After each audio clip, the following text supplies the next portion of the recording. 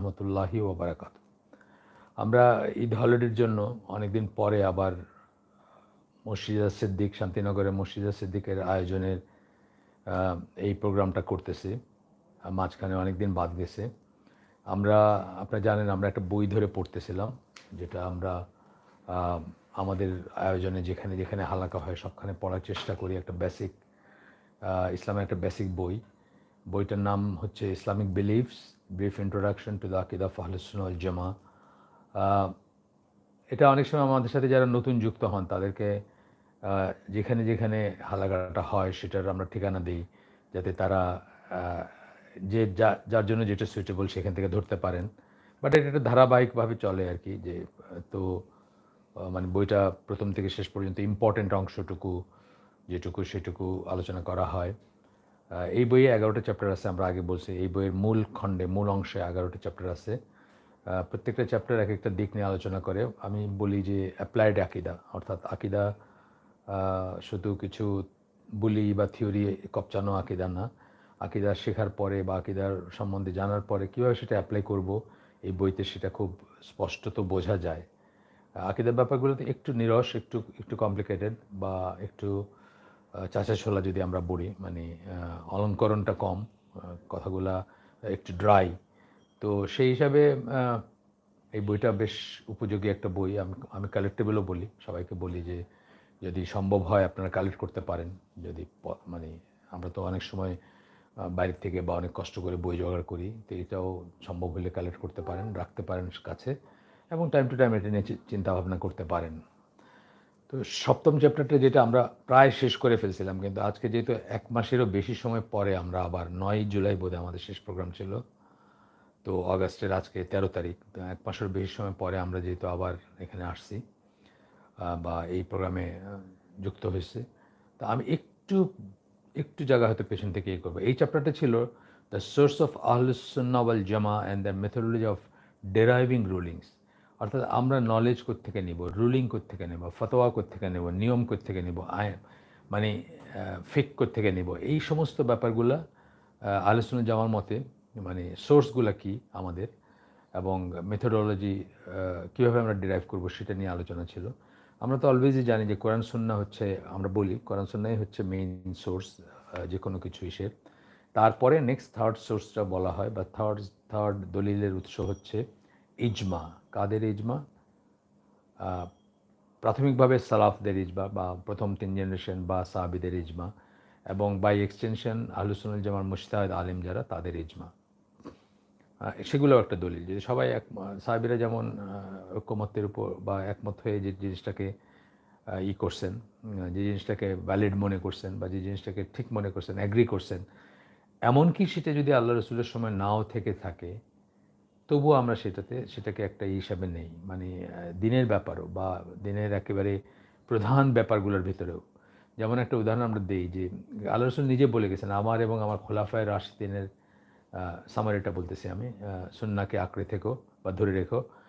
তো সেই হিসাবে খোলাফায়ে রাশিদিন বা তারা যেটার উপর অ্যাগ্রি করছেন, তারা যেটা মানে বলছেন, সেটাও একটা সুন্নাহ। সেটা আমাদের জন্য সুন্নাহর মতোই একটা জিনিস। আল্লাহ রসুলের সুন্নাহ যেরকম, কিন্তু কোনো বিষয়ে যদি আল্লাহ রসুল আমাদেরকে স্পষ্টত কোনো একটা কিছু না বলে থাকেন এবং সেটা যদি খোলাফায়ে রাশিদিন অ্যাগ্রি করে থাকেন বা তারা মনে করে থাকেন বা তারা বলে থাকেন, সেটাও একটা তারা যদি জ্ঞানের উপর বা গবেষণার উপর ভিত্তি করে বলে থাকেন বা ইজতিহাদের উপর যদি বলে থাকেন, তাহলে সেটাও একটা দলিল আমাদের জন্য।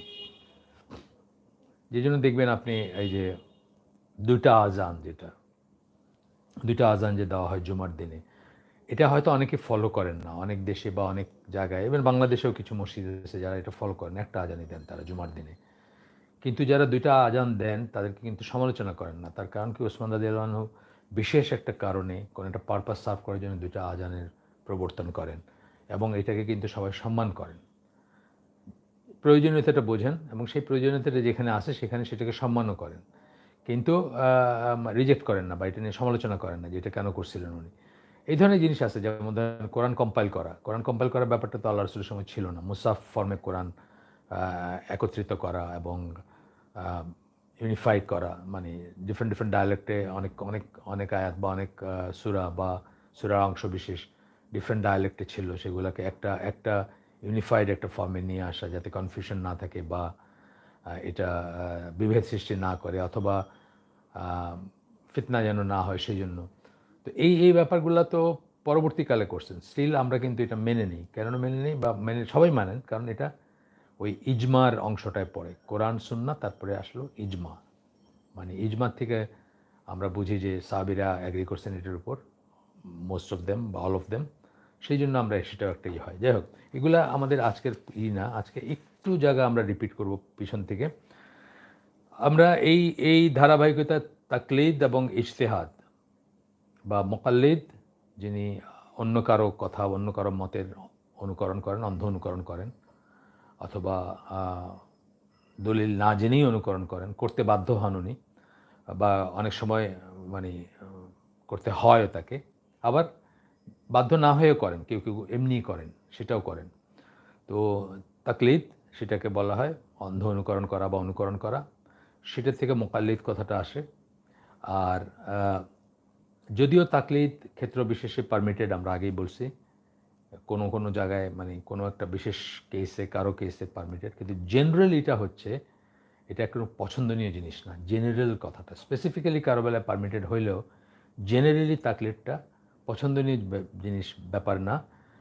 আল্লাহ চান, ইসলাম চায় আমাদের কাছে যে আমরা কোরআন নিয়ে গবেষণা করি, চিন্তা করি, যার যেটুকু তৌফিক আছে পড়াশোনা করি, চিন্তা করি, ভাবনা করি, রিসার্চ করি, যদি না জানি কিছু অন্যকে জিজ্ঞেস করি, অন্যর কাছে, মানে মোট কথা এটা কারো উপরে রেসপন্সিবিলিটিটা ছেড়ে দিয়ে আমরা চুপচাপ দিনের পর দিন, বৎসরের পর বৎসর, প্রজন্মের পর প্রজন্ম কারো অন্ধ অনুকরণ করে যাব, এটা ইসলাম চায় না আমাদের কাছে। কোরআনে অনেক অনেক আয়াতে এই টোনটা আছে, আমরা গতদিন পড়ছিলাম বোধহয়। তো একটা আয়াতের কথা আমরা পার্টিকুলার পড়বো এখানে, যেটা হচ্ছে সূরা মায়েদার 104 নম্বর আয়াত। এখানে আল্লাহ বলতেছেন, and when it is said to them, যখন তাদেরকে বলা হয়, come to what Allah has revealed and unto the messenger for the verdict of that which you have made unlawful, তোমরা যেটাকে হারাম করে নিছো সেটার ব্যাপারে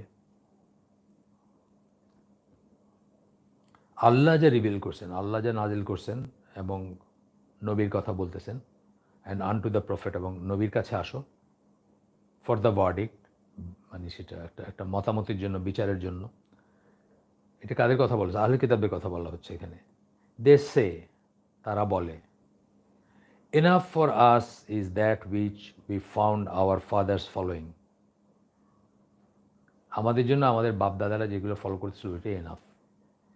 even though their fathers had no knowledge, যদিও তাদের বাবা দাদা বা পূর্বপুরুষের কোনো নলেজ ছিল না, হোয়াটসো এভার, নর গাইডেন্স, হেদায়তও ছিল না, নলেজও ছিল না। এইটাই আর কি, যেমন একটা এই টোনটা, যেটা এই আয়াতের যে টোনটা, যে বাপদাদের যা করতে দেখছি সেটাই করবো, এটা এক ধরনের তাকলিদ না? মানে আপনি চিন্তা করেন, ধরেন আমাদের দেশে, আমি আগেও বলছি আপনাদের, বা প্রায়ই বলে থাকি, আমি আমার বাড়ি সিলেট অঞ্চলে মানুষ বোনদের বোনদের দিতে চায় না, সম্পদ, সহায় সম্পদ, বা বাবা মারা যাওয়ার পরে ওয়ারিস হিসাবে যে বা থাকে, যেটা মিরাস হিসাবে যা থাকে, সেটা দিতে চায় না, এবং সেটাকে দেওয়াকে রীতিমতো খারাপ কাজ মনে করে এবং অশুভ কাজ মনে করে।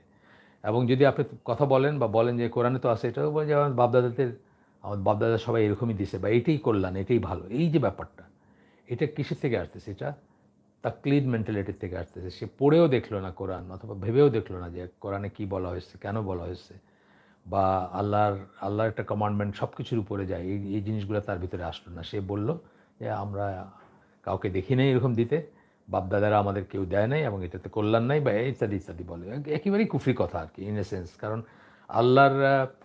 আল্লাহ যেটা বলতেছেন সেটাকে যদি আপনি বলেন যে এটা কল্যাণ নাই, এবং আপনার বাপদাদি যেটা বলছে সেটাতে কল্যাণ আছে, তাহলে আহলে কিতাব বা তৎকালীন কাফের বা মুশরিকদের চেয়ে আলাদা কিছু বললেন না আপনি, সেই ধরনের কথাই বলা হলো। যাই হোক, এটা জাস্ট বললাম, একটা উদাহরণ হঠাৎ মনে আসলো বললাম। এরপরে একটা জায়গায় আসতেছেন যে এরপরে আমরা একটা ইসে পড়ব, যে আমরা পড়ছিলাম আগেও, আবার পড়তেছি, কিন্তু এটা একটু পেছন থেকে আমরা আসতেছি। We do not see any of the সাহাবা imitating any specific individual among them. আল্লাহ রসুল যখন চলে গেলেন তখন তো তাদের ভিতরে অনেক দিকপাল ছিলেন, মানে নলেজের অনেকেই ছিলেন না, অনেক বড় বড় পার্সোনালিটিস ছিলেন। ধরেন আহ, কথার কথা ইবনে আব্বাস বা আবদুল্লাহ বিন ওমর, এই ধরনের অনেক ছিলেন যারা এক একটা লাইনে এক একটা মানে অথরিটি ছিলেন। আবদুল্লাহ বিন মাসুদ বা এই ধরনের যারা ছিলেন। কিন্তু আমরা সাহাবীদের ভিতরে দেখি না যে imitating a specific individual among them with regard to all issues. সব ব্যাপারে একজনকেই মানবো আর কাউকে মানবো না, বা সব ব্যাপারে উনিই ঠিক সবসময়, এরকম কোনো অথরিটি ছিল না। সিমিলারলি দ্য ফোর ইমামস, আমাদের যাদেরকে কেন্দ্র করে স্কুল অফ ফিক, যেটা আমরা বলি স্কুল অফ ফিক, আসলে যেগুলো আমাদের মাযহাবগুলো এগুলো হচ্ছে ফিকের স্কুল। আপনারা জানেন যে আমরা আগেও বলছি যে আকিদায় কোনো মুসলমানের দুই রকমের আকিদা থাকতে পারে না। পৃথিবীতে মুসলমানদের একটাই আকিদা থাকবে, একটাই বিশ্বাস, সেট অফ বিলিফস একটাই থাকবে। কিন্তু ফিকে ডিফারেন্স হতে পারে। তার কারণ হচ্ছে এটার উপর ইজতিহাদ চলে, এটার উপর গবেষণা চলে বা চলে। এক একজন এক একটা দিকের উপকার দেখেন, অপকার দেখেন, বা দলিলের এক একটা ওয়েইং, যেটাকে আমরা বলি, ওজন করতে গিয়ে এক একজনের চোখে এক একটা প্রাধান্য পায়, এবং সেই জন্য এখানে ডিফারেন্স থাকতেই পারে। তো এগুলো স্কুল অফ ফিক আসলে, মাযহাবগুলা যেগুলো হয়েছে, এবং তারা গ্রেট কাজ করে গেছেন তাদের মতো করে। তারা কাজ করছেন দেখেই আজকে আমরা এরকম একটা বই পড়তে পারতেছি, আপনাদের সাথে শেয়ার করতে পারতেছি। বেস বা ফাউন্ডেশনটা তারা করে গেছেন, এটা আমরা মনে রাখবো। যদিও আমরা মোকাল্লিদ, তাকলিদ বা অন্ধ মাযহাব অনুকরণ সবকটাকে এই বইয়ের টোনটাও তাই আমরাও ডিসকারেজ করি, কিন্তু তারপরে আমরা অ্যাকনোলেজ করি যে তারা মুজতাহিদ আলেম ছিলেন, এবং তারা তো আর মাযহাবটাকে ফরজ ওয়াজিব করে যান না, এগুলো মানুষের পরে বানাইছে। কিন্তু তারা যে কাজটা, গ্রাউন্ডওয়ার্কটা করে গেছেন, সেটা করে গেছেন দেখে কিন্তু আজকে আমরা আমাদের এত এত চিন্তা ভাবনা, কথাবার্তা বলতে পারতেছি আর কি। যাই হোক, তো বলতেছেন যে সিমিলারলি দ্য ফোর ইমামস, এরপরে চার ইমামের কথা বলতেছেন যে মাযহাব যাদেরকে কেন্দ্র করে গড়ে উঠছে পরে, did not cling stubbornly to their own opinions. Stubbornly মানে মানে অন্ধভাবে বা একদম ভাবে, শক্তভাবে, স্টবনলি, শক্তভাবে শুধুমাত্র আমার মতটাই ঠিক আর কারো মত ঠিক না, এরকম কোনো কথা বলেন নেই, বা এরকম কোনো কথা প্রচার করে যান নাই বা রেখে যাননি। And they would give up their own opinions in favour of a হাদিস ফ্রম দ্য মেসেঞ্জার অফ আল্লাহ সাল্লাহ সাল্লাম। তারা যদি একটা তাদের নিজেদের অপিনিয়ন ফর্ম করছেন ধরেন, অথবা এটা প্রচার করে বাড়াইছেন ইজতিহাদের উপর বেস করে, তারপরে যখন দেখছেন যে একটা আল্লাহ রসুল সাল্লাহ সাল্লামের থেকে একটা হাদিস আসছে, তার সাথে সাথে সেটাকেই গ্রহণ করছেন, নিজের অপিনিয়ন ত্যাগ করছেন। They also forbade others to imitate them without knowing their evidence. তারা কোন দলিলের ভিত্তিতে একটা ফতোয়া দিয়েছেন বা একটা কিছু বলছেন, এইটা না জেনে তাদের অন্যরা তাদেরকে অনুকরণ করবেন, এটাও তারা নিষেধ করে গেছেন। এবং আবু হানিফা ইমাম আবু হানিফা রহিমাহুল্লাহ, উনি বলেন, ইফ এ হাদিস ইজ সাহি দেন দ্যাট ইজ মাই মাযহাব। এই কথাটা হয়তো এক্স্যাক্টলি মাযহাব ছিল না, ওনার টার্মটা এখানে শুধু ইংলিশটা আছে, এক্স্যাক্টলি মাযহাব টার্মটা ছিল না, কিন্তু ওটা মিনিং ছিল মাযহাব, বা মিনিং ছিল এটাই। তো অ্যান্ড হি সেড, এবং উনি বলছেন, ইমাম আবু হানিফা আরও বলেন, it is not permissible for anyone to accept our opinion if he does not know what we based it on. যদি কেউ না জানে আমরা আমাদের মতামত, ফতোয়া, ফিক যেটাই বলেন, কিসের উপর ভিত্তি করে দিছি, তাইলে তার জন্য এটা জায়েজ না আমাদের মতামতটা নেওয়া। চিন্তা করেন কীভাবে তারা ক্ল্যারিফাই করে গেছেন আমাদের লাইনটা কী হওয়া উচিত।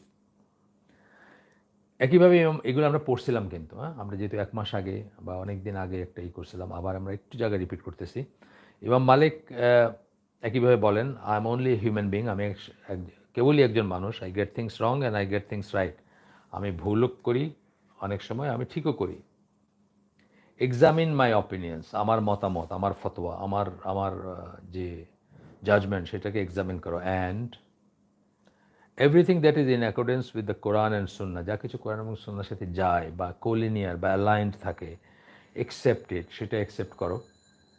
And everything that is not in accordance with Quran and Sunnah, rejected. একদম প্লেন কথা, সিম্পল অ্যান্ড প্লেন কথা, কোনো রকম অ্যাম্বিগুইটি নেই, কোনো নাই, কোনো ইকুইভোকাল কথা না, আনইকুইভোকাল, স্পষ্ট কথা।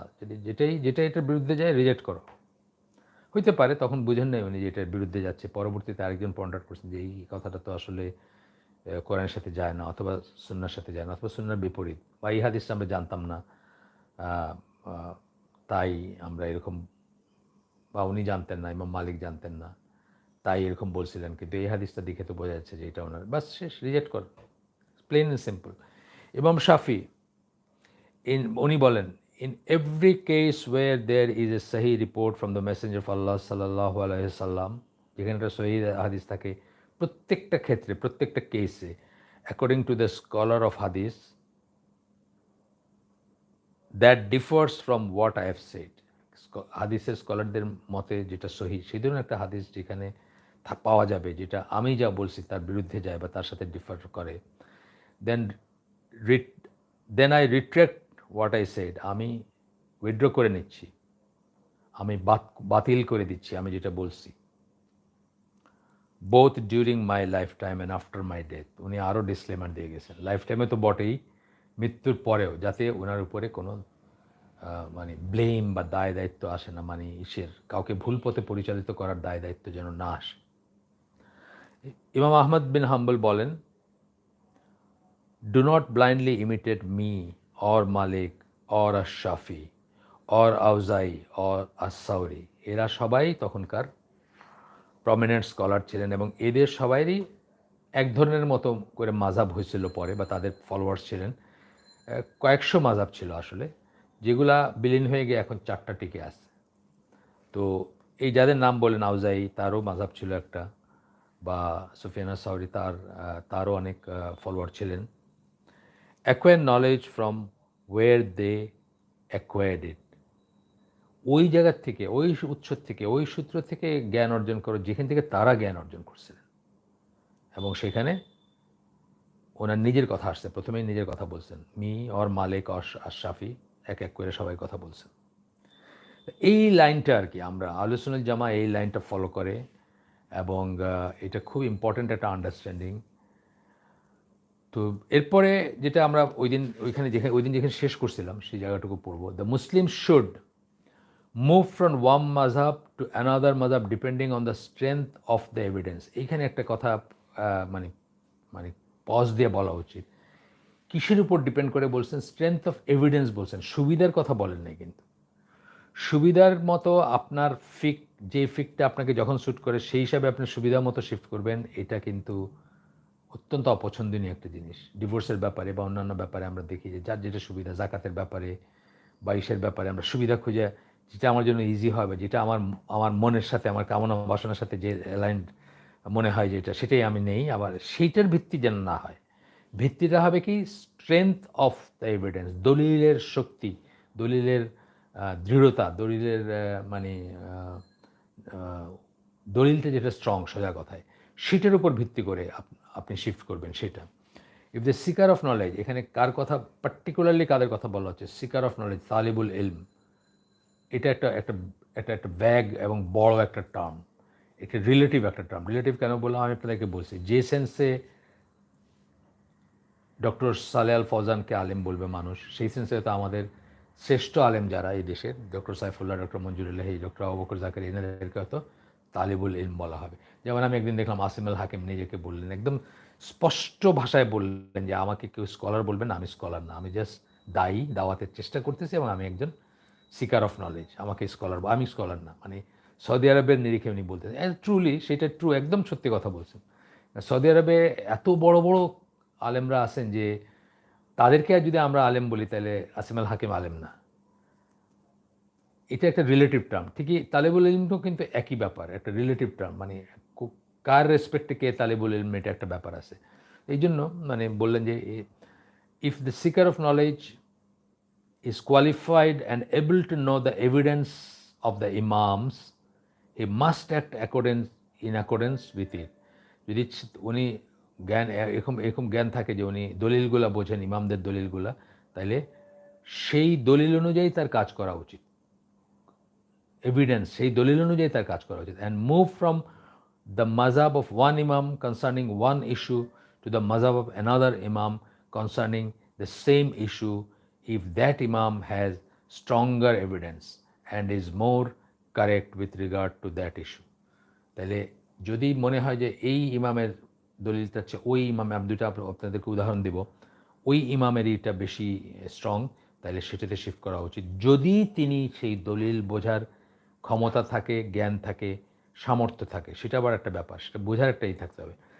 যেমন ধরেন আহলে সুন্নাত জামার এখনকার কন্টেম্পোরারি যারা আলেম দেশে বিদেশে বা অনেকখানেই, তাদেরকে আমি দেখছি যে ধরেন বাল্ক মেজরিটি এসে কিন্তু তারা হানাফি ফিকটাকে হয়তো মানে অনেক মানে মেজরিটি কেন বলতেছে, তো বেশিরভাগ ক্ষেত্রেই দেখা যাবে যে তারা হানাফি ফিকের চেয়ে অন্য ফিকগুলাকে বেশি স্ট্রং মনে করেন অনেক ব্যাপারে, ধরেন অজুর ব্যাপারে, সালাতের ব্যাপারে অ্যান্ড সো অন। ইয়েট আমি তাদেরকে দেখছি যে দুটো ইস্যু বলতেছি আমি, একটা হচ্ছে আপনার জাকাতের ব্যাপারে, অলঙ্কারের উপর জাকাত, স্বর্ণালঙ্কারের উপর জাকাত, এই ব্যাপারে আমি দেখছি যে তারা এবং আবু হানিফার মতটাকে প্রাধান্য দেন, ওইটাকেই কারেক্ট মনে করেন। যদিও অনেক ইস্যু পাবেন আপনি যেগুলাতে ওনারা অন্যদেরকে কারেক্ট মনে করেন। আরেকটা দেখছি আমি যে এটা অবশ্য মানে সকল ইসের ব্যাপার আসতেছে না, এটার পার্টিকুলার আমার লাইফে একটা ঘটনা আমি বলছি, আপনাদের আগেও বলছি যে আমি একসময় যখন জাহাজে চাকরি করতাম, আমি চিফ ইঞ্জিনিয়ার ছিলাম, আমার সাথে ক্যাপ্টেন ছিলেন সিঙ্গাপুরিয়ান মালায়, সিঙ্গাপুরের মুসলিম আর কি একজন, ক্যাপ্টেন মুস্তফা। তো অনেক গল্প হতো, দিন নিয়ে গল্প হতো, উনিও ইসলাম নিয়ে অনেক কথাবার্তা বলতেন বা চিন্তাভাবনা করতেন, পড়াশোনা করতেন। তো আমাকে বলতেছেন যে ওনার মা শাশুড়ি এবং ওয়াইফ নিয়ে উনি হজে গেছিলেন। তো বলেন যে আমি তো হজে গিয়ে হানাফি হয়ে গেছিলাম। আমি বললাম কেন? বলে যে আমাদের মাযহাব মানে শাফি ওনারা, আমাদের মাযহাবে হচ্ছে যে যে কোনো মহিলার সাথে যদি আপনার বডি এভাবে টাচ করে তাইলে অজু চলে যায়। তা আমি তো আর তাইলে আর ওইখানে গিয়ে আর তওয়াফ করা আমার হবে না, খালি অজুই করতে থাকতে হবে। তো আমি ওই সময় হানাফি ফিক ফলো করছি, হানাফি হয়ে গেছিলাম। এই যে কথাটা উনি বললেন, অ্যাকচুয়ালি উনি কি হানাফি হয়েছিলেন? না। অ্যাকচুয়ালি যেটা প্রপার কথা যেটা বলা উচিত ছিল সেটা হচ্ছে যে এই ব্যাপারে যেটা যেটা কারেক্ট, যে এভিডেন্সটা স্ট্রং, যেটা সুন্নাহর সাথে সবচেয়ে বেশি যায় বা সুন্নাহর সাথে অ্যালাইন, আমি সেটা ফলো করছিলাম। ওই কথাটাই আসলে উনি বলতে হয়তো অন্যভাবে বলছেন, বলেন নাই বা বলতে পারেন নাই। তার কারণ কি? আমরা যখন দেখলাম যে এইটা একটা ব্যাপার, আর হানাফি মাযহাব বলে যে, হানাফি ফিক বলে যে অজু যায় না। আমরা আমরা যদি সম্ভব হয় তাহলে আমরা কোথায় মানে কোথা থেকে আমরা এই যে স্ট্রং বললাম যে হানাফিটা স্ট্রং, কোথা থেকে আমরা নিব জিনিসটা? আমরা ফিরে যাব আল্লাহ রাসূল সাল্লাল্লাহু আলাইহি ওয়াসাল্লামের লাইফের দিকে। উনার লাইফে কি এই ধরনের ঘটনা আছে কিনা? ২ টা ঘটনা আমরা পাই, যখন উনি উনার স্ত্রীদের টাচ করে, একজন উনার এক স্ত্রী তার মাথা ধুয়ে দিছেন। মসজিদের পাশেই তার ঘরগুলা ছিল। মসজিদ থেকেই মাথা বের করে দেওয়া যাইত। আ কোনো একটা জানলা বা দরজা দিয়ে, যাই হোক মানে কোনো একটা ওপেনিং দিয়ে সেভাবে মাথা ধুয়ে দিয়েছেন উনি, এসে নামাজে দাঁড়াইছেন, উনি অজু রিনিউ করেন নাই। আরেকবার তার কোনো এক ওয়াইফকে উনি চুমু খেয়ে এসে নামাজে দাঁড়াইছেন, উনি অজু রিনিউ করেন নাই। হয়ে গেল, শেষ। এইটাই যে স্ট্রঙ্গার দলিল হানাফি ইসের। তো এই কথাটা বলতেছেন যে তালেবুল ইলমের কথা বলতেছেন যে এইটা করা উচিত, এবং it is not permissible to accept the opinion of anyone without knowing what his evidence is, because in that case a person becomes mukallid and imitator. Rather he must do, এগুলো সব কিন্তু যার নলেজ আছে তার কথা বলা হচ্ছে, যার নলেজ নেই তার কথা বলা হচ্ছে না, বা যার ক্ষমতা নাই তার কথা বলা হচ্ছে না। ঠিক আছে? এরপরে বলতেছেন if he is unable to decide, কিন্তু যদি কখনো সে ডিসাইড করতে না পারে, তালেবুল ইলমও হইতে পারে, সে বিভিন্ন ক্যাটাগরির আসেমাল হাকিম ক্যাটাগরির তালেবুল ইলম হইতে পারে, বা আমাদের নেক্সট ডোর মাদ্রাসার স্টুডেন্টের হিসাবেও তালেবুল ইলম হইতে পারে। একেকজনের ক্ষেত্রে একেক রকম হবে, এটা অস্বীকার করতেছি না আমরা। তো যদি এটা ডিসাইড করতে না পারেন which is more correct, then he comes under the same ruling as a common man. তখন সেই তালেবুল ইলম এর বেলায়ও কমন ম্যান, কমন যে মানুষ, গণসাধারণ, তার বেলায় যে যা প্রযোজ্য সেটা আসবে। He must ask the scholar, তখন তাকে কী করতে হবে? স্কলারকে জিজ্ঞেস করতে হবে। The common man who is unable to examine the evidence has no মাযহাব অফ হিজ ওন। কমন মানুষ যে এভিডেন্স পরীক্ষা করতে পারে না, কোনটা স্ট্রং কোনটা উইক, এটা বিচার করতে পারে না, তার নিজস্ব কোনো মতামত নাই আসলে। এখানে মাযহাব বলতে বোঝাচ্ছেন তার নিজস্ব কোনো মতামত নাই। রাদার হিজ মাযহাব ইজ দ্যাট অফ হিজ মুফতি, তখন কি হয়, তার মাযহাব হয়ে যায় তার মুফতির মাযহাব। এই পর্যায়ে যদি কেউ হয় যে দলিল একেবারেই সেই করতে পারে না, মানে বিচার করার কোনো ক্ষমতাই তার নাই, তখন কি সে তখন কোরআন এবং সুন্নাহর নলেজ যাদের আছে তাদেরকে গিয়ে জিজ্ঞেস করবে। তার পরিবেশ, এটা আমরা আগেও বলছি, নতুন কথা না। যেখানে গিয়ে তাকলিদ করাটা জায়েজ হয়ে যায়। কিন্তু ইসলাম ইন জেনারেল তাকলিদকে অপছন্দ করে এবং পড়াশোনা, গবেষণা, ইজতিহাদ, তাই মানে আমি মুজতাহিদ হয়ে গেলাম তা না। ইজতিহাদ বলতে পরিশ্রম করা, পড়াশোনা করা, খোঁজ করা, দলিল খোঁজ করা, হ্যাঁ? পাশাপাশি ২ টা দলিল নিয়ে পড়া করা, চেষ্টা করা বোঝার, যতটুকু আল্লাহ ক্ষমতা দিয়েছেন যাকে। এটা তো আমি বললাম একটা ভ্যারিয়েবল জিনিস। তো এটারও দলিল আসতেছে কোরআন থেকেই। সূরা নাহলের ৪৩ নম্বর আয়াতে আল্লাহ বলতেছেন, so ask those who know the scripture. Scripture মানে এখানে জিকিরের কথা। জিকির, কোরআনের একটা নাম জিকির, আপনি জানেন। স্ক্রিপচার বলতে এখানে টার্মটা ইউজ করছেন আল্লাহ, জিকির। তো যারা স্ক্রিপচার বা কিতাব জানেন, ইফ ইউ নো নট, আপনি যদি না জানেন, এই কথাটা সবার বেলায় প্রযোজ্য। আমরা এই চ্যাপ্টারের একদম শেষে আসছি, শেষের এইটা শুধু পড়লাম, পড়ে দিই আমি। আহলে সুন্নাত জামা believe that understanding of Islam cannot be complete or proper unless one knows and acts upon that knowledge. আপনি জানলেন একটা জিনিস কিন্তু সেটার উপর কাজ করলেন না, তাইলে আপনার বিলিভ, মানে তাইলে আপনার কী হলো, ইসলামের আন্ডারস্ট্যান্ডিং কমপ্লিট হলো না। জানলেন কিন্তু সেই অনুযায়ী কাজ করলেন না। দেখুন অনেকে বলবে যে এই কিন্তু আমি জানি, আমার মাযহাব এটা বলে না। তাহলে আপনি কিন্তু কী করলেন, আপনার ইসলাম cannot be complete or proper. আপনার ইসলাম, আপনার যে ইসলাম সেটা কমপ্লিটও হলো না, প্রপারও হলো না। আপনি জেনেও একটা ঠিক জিনিস সেটার উপর কাজ করলেন না, সেটার উপর আমল করলেন না। আপনি মনে করলেন যে আমার মাযহাব যেটা বলছে, আমার ইমাম যেটা বলছে, বা আমার বুজুর্গ, আমার পাড়ার মসজিদের ইমাম, অথবা আমি যার কাছে বায়াত নিছি, whatever. Whoever acquires a great deal of knowledge but does not act upon it. অনেক নলেজ, মানে জ্ঞান আহরণ করলেন কিন্তু তার উপর কাজ করলেন না। Or is not guided by the teaching of the prophet সাল্লাল্লাহু আলাইহি সাল্লাম, অথবা আল্লাহ রসুলের টিচিং বা আল্লাহ রসুলের শিক্ষার উপরে, শিক্ষা দ্বারা আপনি পথ নির্দেশনা নিলেন না, দিক নির্দেশনা নিলেন না, হেদায়েত নিলেন না। জানলেন যে এই ব্যাপারে আল্লাহ রসুল এইটাই বলছেন, আমার মাযহাবেরটা বলেন নাই, তথাপি আপনি আপনার মাযহাবেরটা ফলো করতেছেন, এইরকম কেসগুলো আর। And does not act in accordance with the সুন্নাহ, এবং সুন্নাহ মোতাবিক কাজ করলো না জানার পরেও, ইজ নট এ ফকি। তার থেকে ফিক নেওয়া যাবে না, সে ফকি না, সে ফকি হইতে পারে না। এখান থেকে আমরা বুঝতেছি যে হার্ডকোর বা স্ট্রিক্টার সেন্সে যারা মোকাল্লিদ তারা কিন্তু আসলে ফকি হইতে পারেন না, এবং বাই এক্সটেনশন তারা কিন্তু মুজতাহিদও না, তাই না? যারা অন্ধভাবে মাযহাব অনুসরণ করেন বা লেগে থাকেন। আল্লাহ আমাদেরকে তৌফিক দেন এটা বোঝার। আমরা নেক্সট চ্যাপ্টার, অত্যন্ত ইম্পর্ট্যান্ট একটা চ্যাপ্টার, নেক্সট চ্যাপ্টারে আমরা যাচ্ছি। আমাদের দেশের জন্য এটা অত্যন্ত ইম্পর্ট্যান্ট একটা চ্যাপ্টার। আমি অলওয়েজ বলি যে আমাদের দেশে এটা পড়ি না, জানি না দেখে আমরা কত ভুলের ভিতর থাকি, ভুল কাজ করি, জুলুম করি নিজের উপর এবং অন্যের উপর। আমি টাইমটা একটু দেখে নিই কতক্ষণ। 8:39 মতো বাজে, আমাদের 20 মিনিট 21 মিনিট সময় আছে ইনশাআল্লাহ, না আরও বেশি আছে। 7:10 তো শুরু করছি আমরা, সরি। তো ইনশাআল্লাহ আমরা 7:10, 8:10 পর্যন্ত আমরা যাব।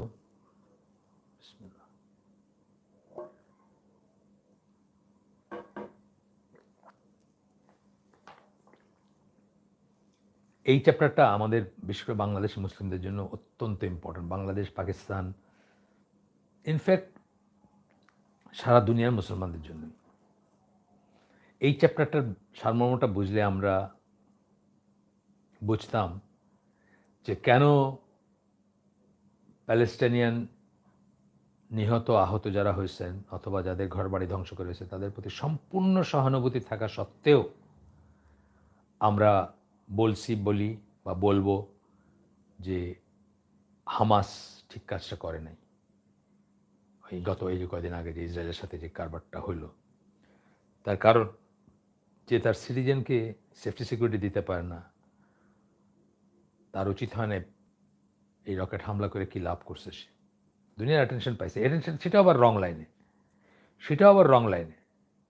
সেই অ্যাটেনশনটাও মানে এই অ্যাটেনশন পাওয়াটা, এই সমস্ত ব্যাপারগুলোই কিন্তু একটা একটা রং লাইন থেকে আসে, একটা রং প্রচেষ্টা থেকে আসে। এটার আপনার মাইন্ডসেটটা হচ্ছে অ্যাকচুয়ালি কাফেরদের থেকে ধার করা মাইন্ডসেট, ডেমোক্রেসির মাইন্ডসেট, প্রোটেস্টের মাইন্ডসেট, জিন্দাবাদের মাইন্ডসেট, হরতালের মাইন্ডসেট, জ্বালাও পোড়ার মাইন্ডসেট, অবরোধের মাইন্ডসেট, হ্যাঁ?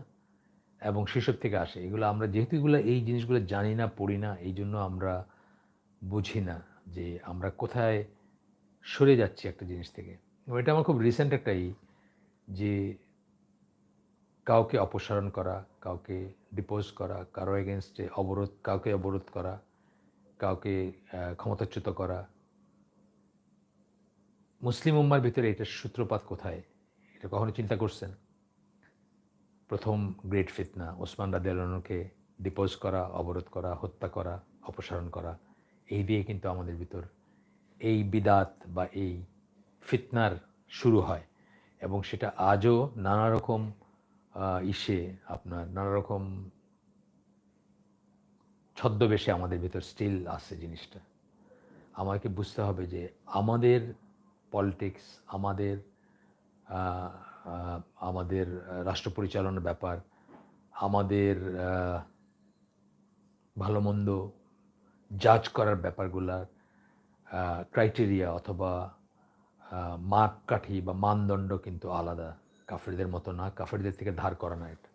সুতরাং যে সমস্ত ইজমগুলো আছে আপনার, বা যে সমস্ত ইজম বলি যেমন, অথবা ডেমোক্রেসি, ইজমও বলি। একজন আমাকে ইজম নিয়ে কথা বলতেছিলাম, আমি ডেমোক্রেসির কথা বললাম, আমার বলি কই ডেমোক্রেসির কথা তো বললেন না। আমরা আলোচনা করতেছিলাম ওই দিন একটা ওই রাজশাহীতে একটা প্রোগ্রামে, যে ইজম নিয়ে আলোচনা করতেছে, আসলে যে ফেমিনিজম, লেসবিয়ানিজম এগুলো নিয়ে আলোচনা করতেছিলাম। সুতরাং আমি কতগুলো ইজমের নাম বলছি সাথে, socialism, capitalism.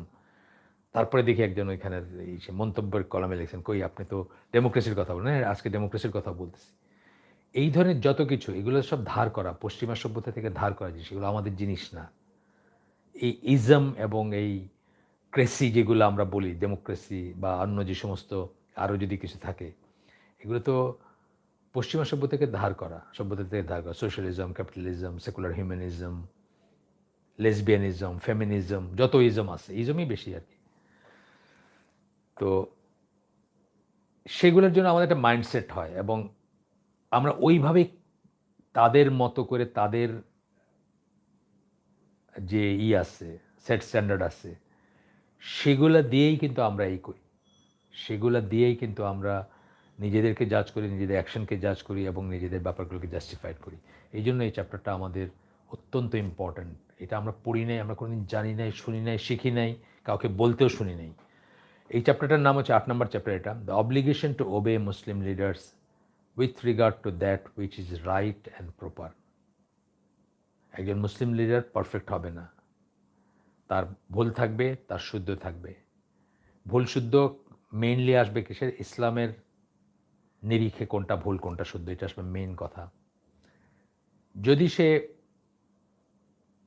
Right and proper, সে হয়তো গুনাহগার, সে হয়তো ফাসিক, তার মুখ দেখতে আমার ইচ্ছা করে না, বা আরও কিছু, কিন্তু যেটুকু রাইট বলবে বা যতক্ষণ রাইট বলবে ততক্ষণ তাকে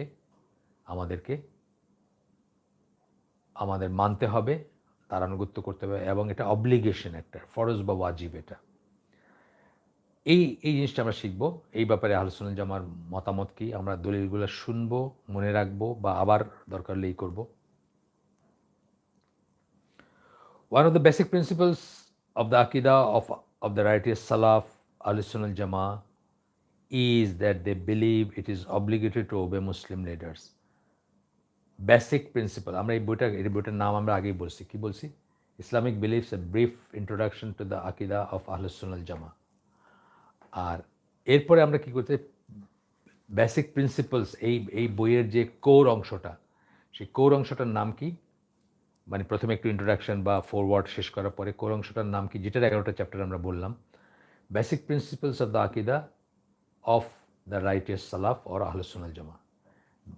বেসিক মূলনীতি পড়তেছি আমরা, হ্যাঁ, মৌলিক প্রিন্সিপালগুলা বা একদম এলিমেন্টারি এগুলা পড়তেছি আমরা, মূলনীতিগুলা পড়তেছি আকিদা অফ আহলুস সুন্নাহ ওয়াল জামাআহ, আকিদা যখন শিখলেন, আকিদার উপর ভিত্তি করে আমাদের মূলনীতিগুলো কী হবে, আমাদের মানহাজ কী হবে, সেই জিনিসগুলো শিখতেছি আমরা। আচ্ছা, তো বললেন যে এটা একটা বেসিক বা মৌলিক মূলনীতি বলতে হচ্ছে আমাদের, বা মৌলিক নীতি বলি যদি আমরা বলি, আহলুস সুন্নাহ ওয়াল জামাআহর আকিদার একটা মৌলিক নীতি বা একটা মূল নীতি হচ্ছে ইজ দ্যাট দে বিলিভ, ফিরে যাচ্ছে আবার কোথায়, বিশ্বাসে। কিন্তু আকিদা যেহেতু বলতেছি একটা বিশ্বাসে ফিরে যাচ্ছে, is that they believe it is obligated to obey Muslim leaders, Muslim leader, মুসলিম শাসক, মুসলিম নেতা, মুসলিম আমির, যাই হোক, with regard to that which is right and proper, right and proper, আল মারুফ বলতেছেন ব্র্যাকেটে, so long as they do not enjoy and sin, যতক্ষণ পর্যন্ত তারা পাপের আদেশ না দিচ্ছেন। পাপের আদেশ দিলে আর আনুগত্য নাই, মানার অব্লিগেশনটা নাই। উদাহরণ দিচ্ছি আমি, হাবিব বরগুইবা তিউনিশিয়ার লিডার ছিলেন, জাতীয়তাবাদী লিডার, খুব ইসের। তো তিউনিশিয়ার স্বাধীনতার পরে উনি বললেন যে দেশ গঠন করা একটা জিহাদ, এবং দেশ গঠনের সময়, জিহাদের সময় কোনো রোজা নাই বা সিয়াম নাই। তো জিহাদের সময় সিয়াম বা রোজা রাখলে কি হবে, আপনার এনার্জি কমে যাবে, আপনি দুর্বল হয়ে যাবেন, আপনি যুদ্ধ করতে পারবেন না, সংগ্রাম করতে পারবেন না। ঠিক একই কথা, দেশ গঠনের ভিতরে যদি আপনি রোজা রাখেন, তাইলে আপনার এনার্জি থাকবে না, আপনি ঠিকমতো কাজ করতে পারবেন না, ঝিমাবেন, এটা না ওটা না। তিউনিশিয়ান রাষ্ট্রীয় টেলিভিশনে উনি রোজার দিনে শরবত নিয়ে খাইলেন এবং দেখাইলেন, জাতিকে উদ্বুদ্ধ করলেন যে এই দেখেন আমি রোজা ভাঙলাম বা আমি খাচ্ছি, আপনারাও খান এবং মানে মনোযোগ সহকারে দেশ গঠনে কাজ করেন। এই কথাটা যেমন উদাহরণ, মুসলিম লিডার কিন্তু এনজয় অ্যান্ড সিন, এখানে they do not enjoy and sin, কিন্তু এখানে কি করলেন, উনি একটা পাপ করতে বললেন। কি পাপ? মহাপাপ, মানে আল্লাহর নির্ধারিত একটা ফরজকে তরক করলেন উনি। কোথাও আমরা সুন্নায় দলিল পাই না যে দেশ গঠনের জন্য করতে হবে। এইখানে কোনো আনুগত্য নেই। একটা উদাহরণ দিলাম, জাস্ট চোখের সামনে আসলো বা মানে মনে পড়লো হঠাৎ, এটা ট্র্যাডিশনালি উদাহরণ দেওয়া হয়। If they enjoy sin then it is not permissible to obey them, যদি তারা পাপের আদেশ করেন, তাদেরকে মানতে আমরা বাধ্য না, বা মানাটা ইটস নট পারমিসিবল, বাধ্য না, পারমিসিবল মানে জায়েজ না তাদেরকে মানা, পাপের যদি দেন, অর্ডার যদি করেন। আজকে সৌদি আরবে সিনেমা হল খুলতেছে, সৌদি শাসক যদি বলেন যে সবাই সিনেমা দেখুন, না, এখানে কোনো আনুগত্য নেই, এখানে আর কোনো আনুগত্য নেই। But they must still be obeyed with regard to what is right and proper. এইখানে বোঝার একটা ব্যাপার আছে। সৌদি শাসক অর্ডার করেন যে সবাই সিনেমা হলে যান, সবাই সিনেমা দেখেন, মৌজ করেন, কোনো আনুগত্য নাই সেখানে। বাট ওই শাসকই বাকি যেটুকু রাইট এবং প্রপার বলতেছে, সঠিক এবং মারুফ যেটাকে আমরা বললাম, হ্যাঁ, সৎ কাজের যে আদেশ দিচ্ছে, সেটা কিন্তু ওবে করতে হবে, সেটা বলতেছে। But must still be obeyed with regard to what is right and proper in matters other than sin, গুনাহ না, এই ধরনের যে ব্যাপারগুলোতে যে আদেশটা তার রাইট, সঠিক এবং সৎ কাজের আদেশ, এবং যেটাতে আদার দেন সিন যেটাতে গুনাহ নাই কোনো, সেটা কিন্তু তথাপি মানতে হবে বলে এখন একটা আয়াত কোট করতেছেন। এই আয়াতটা অত্যন্ত ইম্পর্ট্যান্ট একটা আয়াত কোরআনের। আমরা বলছি আগেও আপনাদের, আমরা চেষ্টা করব কোনো একদিন, আল্লাহ যদি আমাদেরকে তৌফিক দেন, আমরা চেষ্টা করব কোনো একদিন এই আয়াতটা নিয়ে একটা হালকা করতে। এটা একটা বইতে আমার সুন্নাহর কর্তৃত্ব মর্যাদাতে ডিটেলস আলোচনা আছে। আর এই একটা মাযহাবের এগেনস্টে সবচেয়ে বড় দলিল, অন্ধ অনুকরণের এগেনস্টে সবচেয়ে বড় দলিল, এবং ইয়েট ভেরি আনফর্চুনেট। এই জন্য আমরা আমাদের আলেমরা, আকরামুজ্জামান বিন আব্দুস সালাম ইন পার্টিকুলার বা জেনারেলি বলেন যে কোরআনের একটা আয়াতকে কোট করা কিছু মিন করে না। কোন একটা আয়াত কোট করে একদম উল্টা মিনিংটাও মানুষ বলে থাকে, একদম উল্টা মিনিংটা, বা এমন একটা মিনিং বলবে যেটা কোরআন এবং সুন্নাহর সাথে কোনো সম্পর্ক নেই। আউট অফ কনটেক্সট নিয়ে একটা এমন একটা মিনিং বলবে, যেমন একটা উদাহরণ দেয়, লা ইকরাহা ফিদ্দিন, আপনার সূরা বাকারা 256 নম্বর আয়াত, আয়াতুল কুরসির পরের আয়াতটা, যেখানে আল্লাহ বলতেছেন দিনের ব্যাপারে জোরাজুরি নাই। এই যে আয়াত অংশটা, এটা কোট করে একেবারে উল্টা একটা মিনিং দেয় মানুষ, যে মিনিংটা কোরআন বা সুন্নাহ বোঝে নাই, আল্লাহ রসুল বোঝেন নাই, সাহাবীরা বোঝেন নাই, সেরকম একটা মিনিং দিল। এই আয়াতটাতে আপনি আগেও বলছে হয়তো, যে দিনের ব্যাপারে কোনো জোরাজুরি নাই বলতে আল্লাহ বোঝাইছেন, এটা সাবাব বলি আমরা, আসবাব বলি না, শানে নজুল বলি, যেটা আমাদের প্রচলিত বাংলায়। এখানে আল্লাহ বোঝাইছেন, আল্লাহ বলতে চাইছেন, বা যে জন্য আল্লাহ আয়াতটা নাজিল করছেন, সেটা হচ্ছে যে মদিনার মুশরিকরা ইসলামের আগে তাদের যখন বাচ্চা কাচ্চা মারা যেত, ধরেন একজনের কারো 5-6টা বাচ্চা মারা গেছে, তখন মানত করতো যে এরপরে বাচ্চাটা যদি বাঁচে তাহলে এটা সুপিরিয়র রিলিজিয়ানের যারা, অর্থাৎ আহলে কিতাব যারা, ইহুদি যারা, তাদের কাছে বড় করব, তাদের দিনে বড় করব, এরকমের মানত করতো। এক ধরনের করে তারা মনে করতো যে ইহুদিরা সুপিরিয়র, তাদের কাছে কিতাব আছে, তাদের কাছে দিন আছে, আমাদের কাছে কিছু নাই, বা যাই হোক। তো এইভাবে মদিনার অনেক এক্সিস্টিং সাহাবীদের সন্তানরা ইহুদিদের ভিতরে বড় হয়েছে, ইহুদি হিসেবে বড় হয়েছে, সেই দিনের অনুসারী হয়ে বড় হয়েছে। এখন ইহুদিকে যখন নানা রকম ঘটনার পরিপ্রেক্ষিতে যখন ইহুদি ট্রাইবগুলা, গোত্রগুলা মদিনার থেকে বিতাড়িত হইল বা বহিষ্কৃত হইল, তখন অনেক মদিনাবাসী আদাদিন ইহুদি যারা ছিলেন, তারা চাইলেন যে তাদের সন্তানদের রেখে দিতে, বা তাদের ধর্ম পরিবর্তন করাইতে, এবং তারা যেন মুসলমান হয়ে যায়, বা তাদেরকে যেন রেখে দেওয়া হয় বা এই ধরনের। এই উপলক্ষে এই আয়াত অংশটা নাজিল হয় যে আহলে কিতাব যারা, বা আদারওয়াইজ ইন জেনারেল যে কারো ব্যাপারে দিনের ব্যাপারে জোরাজুরি, মানে তাকে জোর করে কনভার্ট করা যাবে না, বা জোর করে তাকে ইসলামে আবার নিয়ে আসা যাবে না। এটা ছিল এটা আর কি, মানে এটা ছিল কারণটা। এটার উপর আমি ডিটেলস পড়াশোনা করছি, বিকজ এই একটা আয়াতাংশ দিয়ে কিন্তু অনেক মুসলমান বাবা আমাকে এখন কিন্তু কাফেররা, মুশরিকরা, স্পেশালি খ্রিশ্চিয়ান এভেঞ্জেলিস্ট যারা, তারা কিন্তু ঘায়েল করে দেয়। যখন একজন খ্রিশ্চিয়ান একটা মুসলিমকে পটাইতেছে, দাওয়াত দিতেছে, একটা ইয়াংস্টারকে তারা স্কলারশিপ দিবে, তারা এই দিবে সেই দিবে, ডেনমার্কে নিয়ে যাবে, সুইডেনে নিয়ে যাবে, বা একটা কিছু প্রলোভন দেখাচ্ছে, তখন কিন্তু হয়তো বাপ মা বলতে যাচ্ছেন যে না, এটা তুমি করবা না, এখানে যাবা না, ওইটা শুনবা না, এই অমুক সাংস্কৃতিক কেন্দ্রে যাবা না, এই তাদের এইসব দেখবা না। তখন তারা এই আয়াতটা শিখাই দেয় তাদের বাচ্চাদের, অথবা এই আয়াতটা দিয়ে প্রিচ করে যে কোরআনই তো বলতেছে দিনের ব্যাপারে কোনো জোরাজুরি নেই। এটা একটা ভুল লাইন। এই ভুল লাইনটা কেন হয়েছে? বিকজ আমাদের সে নলেজ নেই, আমরা জানি না এই আয়াতটা কেন আসছিল, কেন নাজিল হয়েছিল। এটা একটা ভুল লাইন। মুসলমানের ব্যাপারে, মুসলিম ফ্যামিলিতে মুসলিম সন্তানের উপর অবশ্যই দিনের ব্যাপারে জোরাজুরি আছে, অবশ্যই আছে। 7 বৎসরের সালাত পড়তে বলবেন, 10 বৎসরের সালাতে না দাঁড়ালে প্রহার করবেন, অবশ্যই জোরাজুরি আছে। কে বলছে জোরাজুরি নাই দিনের ব্যাপারে? কিন্তু এই যে বললাম যে একটা আয়াত যখন আউট অফ কনটেক্সট, বা আপনি টুইস্ট করলেন অর্থটা, আয়াতটা সহি, কিন্তু আয়াতের অর্থটা আপনি জাল করলেন, বা ভুল করলেন, বা মিথ্যা করলেন, বা ফ্যালাসিয়াস করলেন। এরকম অনেক আয়াত আছে। একটা আমি বললাম যেটা কথা, আয়াতটা হচ্ছে এই আয়াতটা। এই আয়াতটা হচ্ছে মাযহাবের বিরুদ্ধে সবচেয়ে বড় দলিল। অথচ এই আয়াতটাকে কোট করেই কিন্তু মাযহাবকে প্রতিষ্ঠিত করার চেষ্টা করা হয়, এই আয়াতের একটা অংশকে করে। অথচ এই আয়াতের শানে নজুলটাও কিন্তু ওই ধরনের, যে একজন সাহাবীর আন্ডারে কিছু সাহাবীকে আল্লাহ রাসূল একটা মিশনে পাঠাইছেন।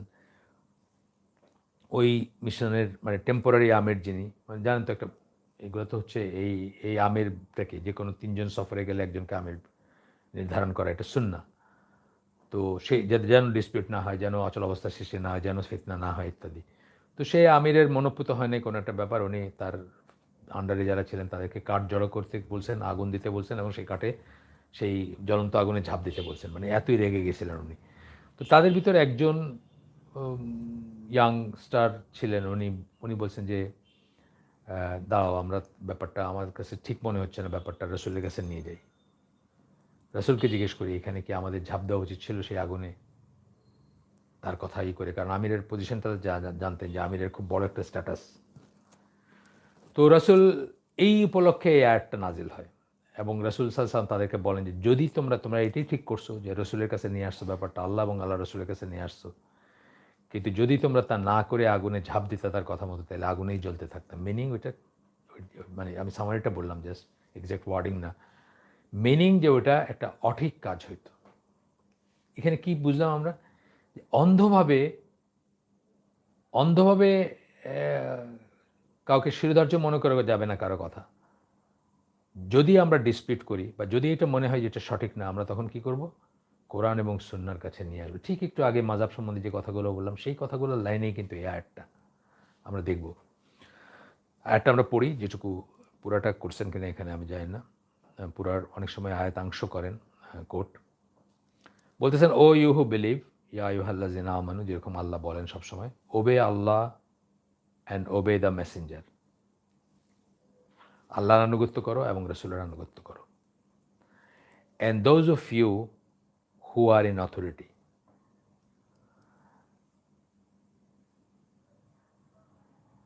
আল্লাহর আনুগত্য করো, এবং এই অনেক কথা আছে এই আয়াতে। আমি বললাম না যে এটা নিয়ে একটা হালাকা, ইন্ডিপেন্ডেন্ট হালাকা করা যায়। আল্লাহর আনুগত্যটা একটা ইউনিট বলছেন, ওবে কথাটা দুইবার ইউজ করছেন, ওবে Allah and obey the Messenger. তার মানে আল্লাহ এবং রসুলকে দুইটা ইন্ডিপেন্ডেন্ট মানে পার্সোনালিটি অর সত্তা অফ ওবিডিয়েন্স বলতেছেন। আল্লাহর আনুগত্য করতে হবে, রসুল অ্যাজ এন ইন্ডিভিজুয়াল তারও আনুগত্য করতে হবে।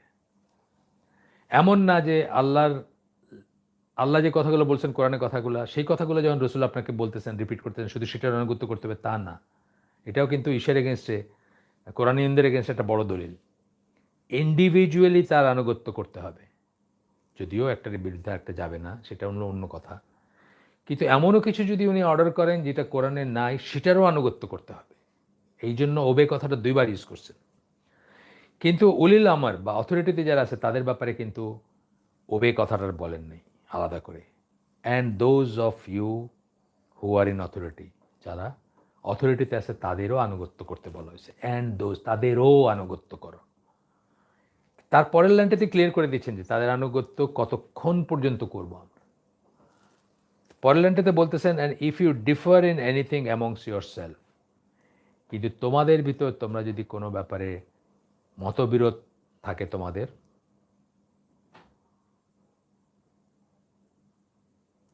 রেফার ইট টু আল্লাহ অ্যান্ড হিজ মেসেঞ্জার।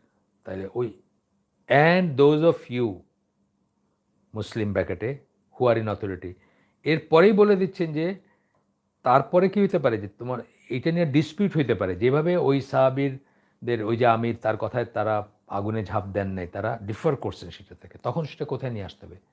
আল্লাহ এবং আল্লাহ রসুলের কাছে নিয়ে আসতে হবে, কোরআন এবং সুন্নাহর কাছে নিয়ে আসতে হবে। If you believe in Allah and in the last day, তোমরা যদি আল্লাহ এবং আখিরাতে বিশ্বাস করো। এইভাবে যখন আল্লাহ কথা বলেন কোরআনে, আমরা কি বলছিলাম, সেটা ইমানের শর্ত হয়ে যায়। আল্লাহ এবং আখিরাতে বিশ্বাস করলে এটা করো। এটা যদি না করেন তার মানে কি দাঁড়াচ্ছে? আল্লাহ এবং আখিরাতে বিশ্বাস করেন না, তার মানে এটা অটোমেটিক্যালি ইমানের শর্ত হয়ে যায়। That is better and more suitable for final determination, সেটাই চূড়ান্ত নির্ধারণের জন্য বেটার এবং সুইটেবল, সেটাই ঠিক। এই আটটা কোট করলেন। আসেন এবার আমরা একটু আগাই, আমাদের যতক্ষণ সময় আছে আমরা আরও 10 মিনিটের মতো করব। আল্লাহ রাসূল সাল্লাল্লাহু আলাইহি ওয়াসাল্লামের হাদিস আসতেছে, খুব খেয়াল করে শুনবেন ওয়ার্ডিংগুলা, খুব কঠিন। এগুলো আমরা কোনোদিন পড়িনি। সত্যি কথা যেটা, আমি তো আমার বয়স 45-50 পর্যন্ত এগুলো কোনোদিন আমার চোখে পড়ে নাই, আমি পড়ি নাই, আমি জানি নাই, আমাকে কেউ বলে নাই, আমি কোথাও শুনি নাই এগুলো নিয়ে আলোচনা করতে।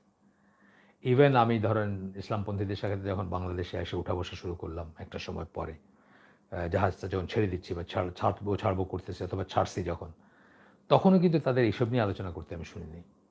তাদের একটা ডেফিনেট লাইন আছে, যে যার মতো যেটা জায়গায় শ্যুট করে সেই লাইনে উনি কথা বলেন বা ওনারা কথা বলেন, সেটাকে ওই মিনিং দিয়ে কথা বলেন, টুইস্ট করেন। কিন্তু অবজেক্টিভভাবে, যেটাকে বলি সাবজেক্টিভ না, অবজেক্টিভভাবে যদি বলেন যে যে জ্ঞানটা হওয়া উচিত পলিটিক্স সম্বন্ধে, আনুগত্য সম্বন্ধে, জামাত সম্বন্ধে, দলবদ্ধ হওয়া সম্বন্ধে বা ইত্যাদি, সেগুলো কিন্তু তারা বলেন না। ট্রাঙ্কেটেড বলেন, কাটা ভিউ বলেন আর কি, যেটা তাদেরকে স্যুট করে, যেটা তাদের পক্ষে যায়, যেটা তাদের দলের ম্যানিফেস্টের ম্যানিফেস্টো বলি না আমরা, বা গঠনতন্ত্র বা ইত্যাদির সাথে যায়, অ্যালাইন থাকে, সেটুকুই তারা বলেন। আসেন এই হাদিসটা পড়ে খুব খেয়াল করে শুনবেন কথাটা। হুয়েভার ওবেজ মি ওবেজ আল্লাহ, রাসূল সাল্লাল্লাহু আলাইহি ওয়াসাল্লাম বলতেছেন। এটা হচ্ছে বুখারী এবং মুসলিম দুইটারই হাদিস। যে আমাকে মানে সে আল্লাহকে মানে। ওই যে আমরা জানি সেটা কোরআনের কথা, এটা সূরা নিসার ৮০ নম্বর আয়াত, আমরা আগেও বলছি। যে আমাকে মানলো বা আমাকে মানে সে আল্লাহকে মানে। And whoever disobeys me disobeys আল্লাহ। সিম্পল কথা এটা। যে আমাকে মানে সে আল্লাহকে মানে, যে আমাকে মানে না সে আল্লাহকে মানে না, যে আমার আনুগত্য করে, আমার বিরোধিতা করে, সে আল্লাহর বিরোধিতা করে। ডিসঅবেজ আল্লাহ। সুতরাং আল্লাহ রসুলের বিরোধিতা করে কোনো ইসলাম নাই। আল্লাহ রসুলের মতের এগেনস্টে গিয়ে তাকে ভুল মনে করে, তাকে আনইম্পর্টেন্ট মনে করে কোনো ইসলাম নাই। কোরআনিয়ানরা যেটা বলতে চায় আর কি। এরপরের লাইনটা ইম্পর্টেন্ট।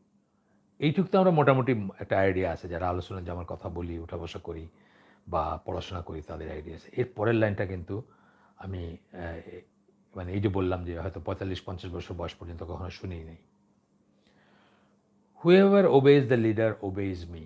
দেখেন, শাসকের আনুগত্যকে মুসলিম শাসকের আনুগত্যকে সরাসরি নিজের সাথে সম্পৃক্ত করলেন এবং একটা চেইন বানায় দিলেন আল্লাহ রসুল।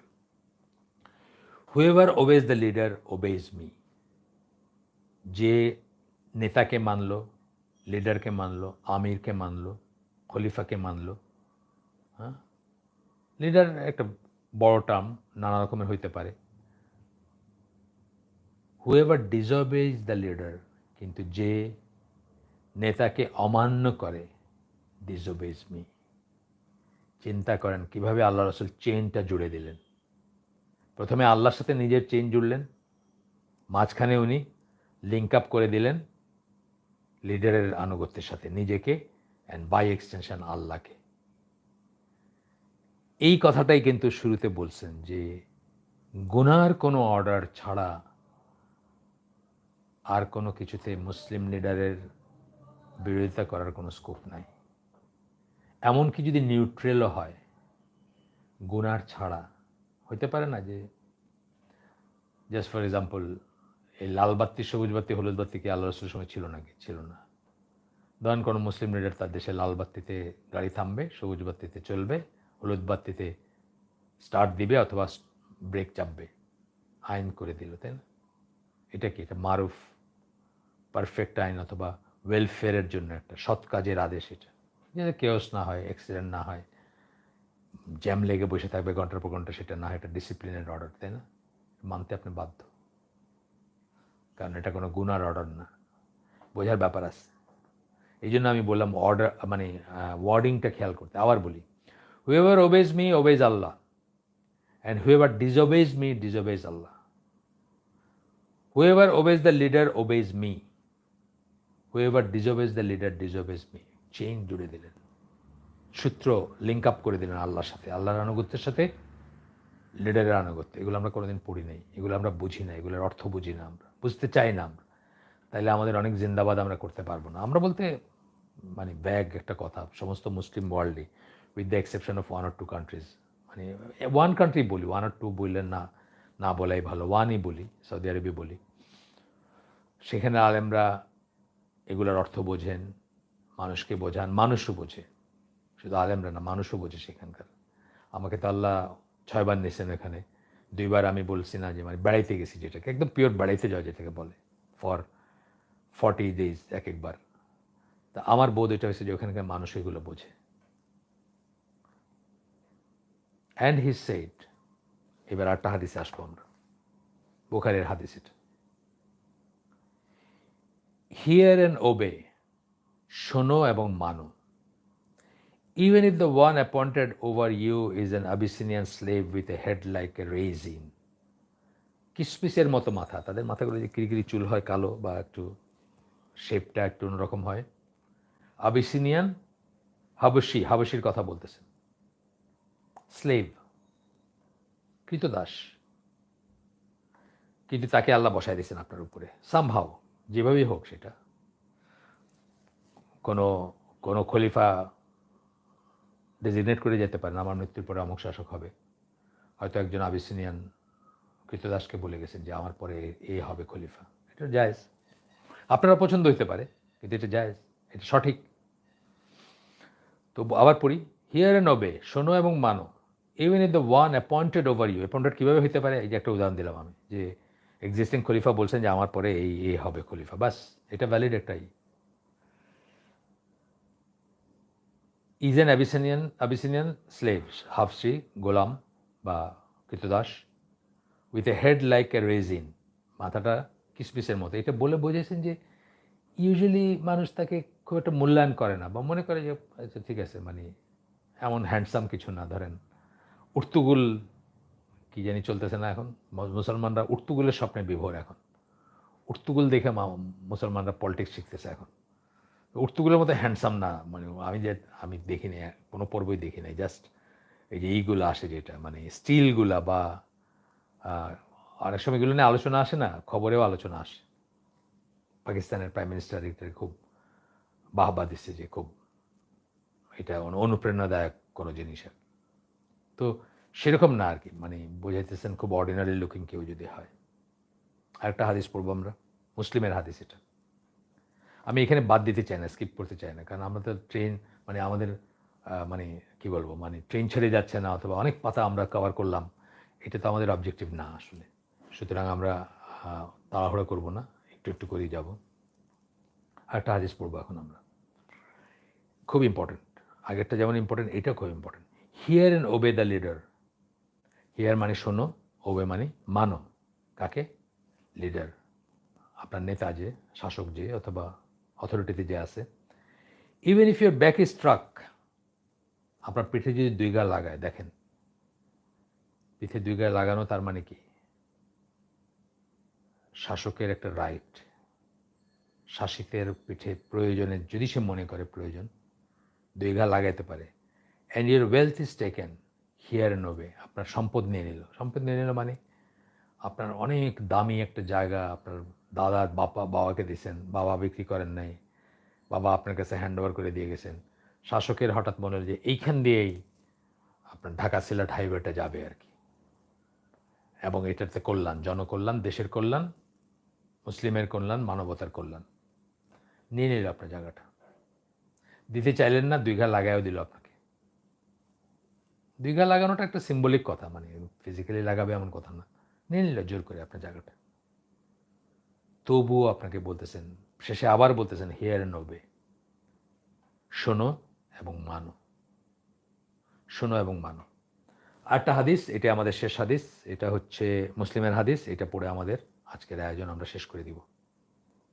Whoever dislikes something about his leader, আমাদের সব পছন্দ হবে এমন কোনো কথা নেই। আল্লাহ রসুল ছাড়া কারোই সব কিছু আমাদের জন্য যেহেতু শিরোধার্য না, এবং মানুষ হিসাবে কারো কিছুই যে কারো কিছু যে আমাদের সবসময় পছন্দই হবে এমন কোনো কথা নাই। 90% কারো 99% পছন্দ, 1% অপছন্দ হইতে পারে, 1% পছন্দ, 99% অপছন্দ হইতে পারে। আল্লাহ মানুষকে এইভাবে বানাইছে।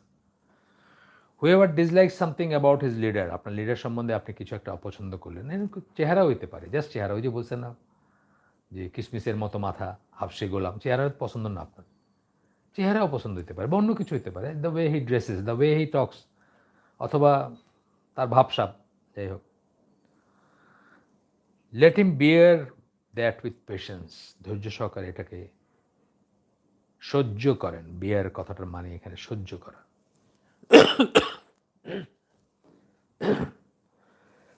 মাফ করবেন, সহ্য করা। For there is no one who rebels against the leader in the slightest. কেন বলতেছে সহ্য করার কথা? কেননা এমন কেউ নাই যে সামান্যতম বিদ্রোহ করে তার নেতার বিরুদ্ধে, রুলারের বিরুদ্ধে, শাসকের বিরুদ্ধে, and dies in that state, এবং সেই অবস্থায় মারা যায়, but has died the death of জাহিলিয়াত। যদি মারা, এমন কেউ নাই সেই অবস্থায় মারা যদি যায়, তাহলে সে কী হবে? সে জাহিলিয়াতের মৃত্যু হবে তার। এগুলো আমরা শুনি নাই, শুনছেন আপনারা? আমি শুনি নাই। আমি 45-50 বছর বয়স পর্যন্ত এইসব হাদিস শুনি নাই। এগুলো কিন্তু সব বুখারী মুসলিমের হাদিস বললাম।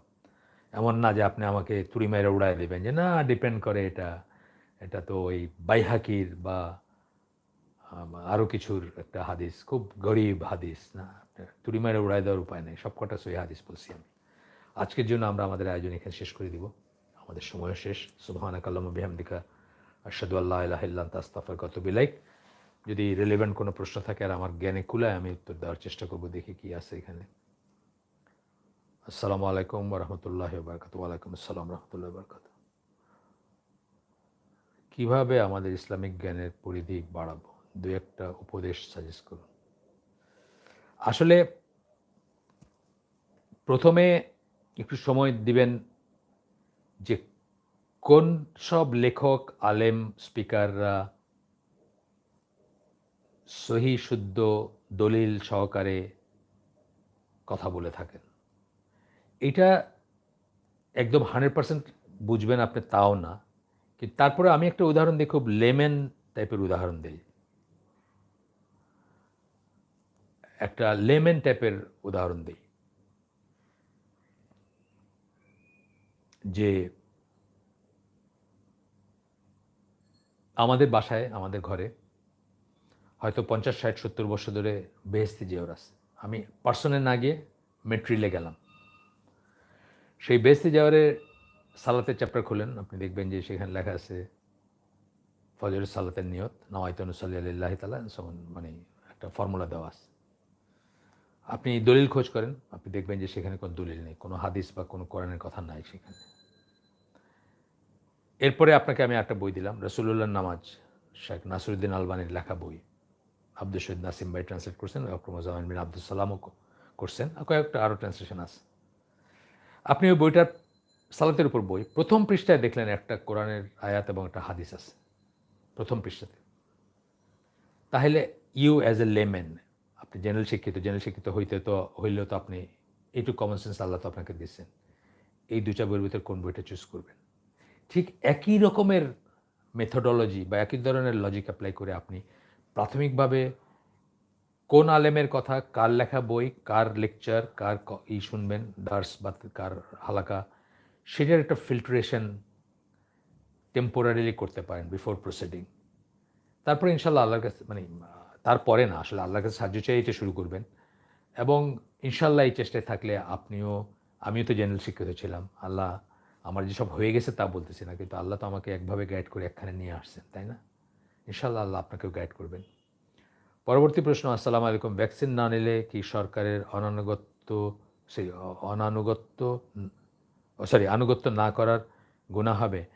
যদি সরকার এটাকে কম্পালসারি করে থাকেন, মুসলিম সরকার, এবং যদি সেটার ব্যাপারে কোনো চয়েস না দিয়ে থাকেন, জাস্ট লাইক রাস্তায় ট্রাফিক সিগন্যাল মানার ব্যাপারে কিন্তু কোনো চয়েস নাই, এটা ওয়েলফেয়ার কনসেপ্টে সারা তার সমস্ত সিটিজেনের জন্য সরকার এটাকে বাধ্যতামূলক করছেন মানাটা। সেই ক্ষেত্রে তো না মানলে অনানুগত্যই হবে, আনুগত্য করলেন না সেটাই হবে। আর যদি চয়েস দিয়ে থাকেন, অথবা যে ব্যাপারটা যদি অনইসলামিক হয়, কখনো কথার কথা, আপনি এই ভ্যাকসিনের বেলায় আমি বলতেছিলাম, অন্য কোনো একটা ব্যাপারে ধরেন জিনিসটা অনইসলামিক, একটা কিছু করতে সরকার আপনাকে বলতেছেন জিনিসটা অনইসলামিক, অথবা আপনার চয়েস আছে না করার, দুইটাই, এই দুই ক্ষেত্রেই আনুগত্য না করলে আপনার কোনো গুনাহ হবে না। অনইসলামিক হলে গুনাহ হবে না যে অর্ডারটা করতেছেন, আর চয়েস যদি দিয়ে থাকেন, আপনার ইচ্ছা হলে, আমরা বলতেছি নিতে, যার ইচ্ছা নিবে, যার ইচ্ছা নিবে না, এরকম যদি ব্যাপার হয়, এরকম অনেক জিনিস আছে যে সরকার আপনাকে অফার করেন, বলেন যে যার ইচ্ছা নিবে, যার ইচ্ছা নিবে না, অথবা একটা দিক নির্দেশনা দেন, এটা মনে করতেছেন যে এটাই সঠিক, কিন্তু এটা কম্পালসারি করতেছেন না, এখানে একটা চয়েস থাকতেছে, সেখানে না মানলে কোনো হবে না। কিন্তু যদি এটা গুনার জিনিস না হয়, আর এটা যদি ওয়েলফেয়ার কনসেপ্টে বলে থাকেন to the best of the knowledge available এবং আদেশ সূচক হয়, সেটা তো মানাটা উচিত। সেটা না মানলে তো মানে অনানুগত্যের কাজ হবে। আল্লাহ আমাদেরকে তৌফিক দেন বোঝার, এবং নিজের হাওয়া, নিজের বাপদাদার কাছ থেকে প্রাপ্ত নলেজ বা পরিবেশ প্রতিবেশী যেখানে বড় হয়েছে সেটার যে নর্মসগুলা, সেগুলোর বাইরে গিয়ে সত্যাসত্য বিচার করার তৌফিক দেন। আবারও আমরা শেষ করে দিচ্ছি। আসসালামু আলাইকুম ওয়া রাহমাতুল্লাহি ওয়া বারাকাতুহু।